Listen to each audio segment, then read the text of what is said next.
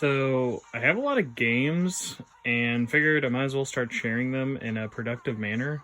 But we're not going to talk about these today. We're going to talk about some Vita games. So today, let's talk about Persona 3 and Persona 5 Dancing. Now, as many of you know, Vita is known for having Persona 4 Golden, along with Dancing All Night, which did come out in America physically and digitally, as well as Japan. But these two were stuck to being physical only in Japan. So if you weren't aware, Persona 3 Dancing along with Persona 5 Dancing are rhythm games on PlayStation 4 and PlayStation Vita.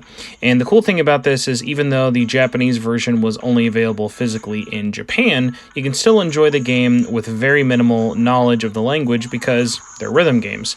Can you press up, left, down, triangle, circle, X? Great news, you can play this game.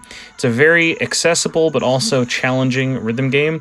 Has a pretty good set list. The best way to kind of experience these games is to not think of them as each individual rhythm games. Think of it like they split a game in half, made it 50% Persona 3 and 50% Persona 5, and that's kind of the best way to look at this game. But it's still a very, very addicting rhythm game, and I cannot recommend it enough. Now, at this point, Persona 5 had only been in its infancy. It had just come out in 2016 in Japan, 2017 in the West, so 2018 there really wasn't a lot to pull from. So Persona 5 Dancing definitely is lacking a little bit in terms of the song list variety, but what is there is pretty solid. It just doesn't have as much variety as you would expect from a game, but that kind of goes back to what I said. Think of this not only as a full game, but more so as half of a game that's meant to be experienced alongside Persona 3.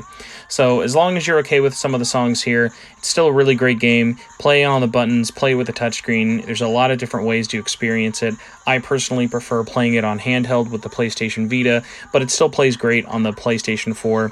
Let me know if you've played this game before, and please consider subscribing or following the channel for more recommendations like this.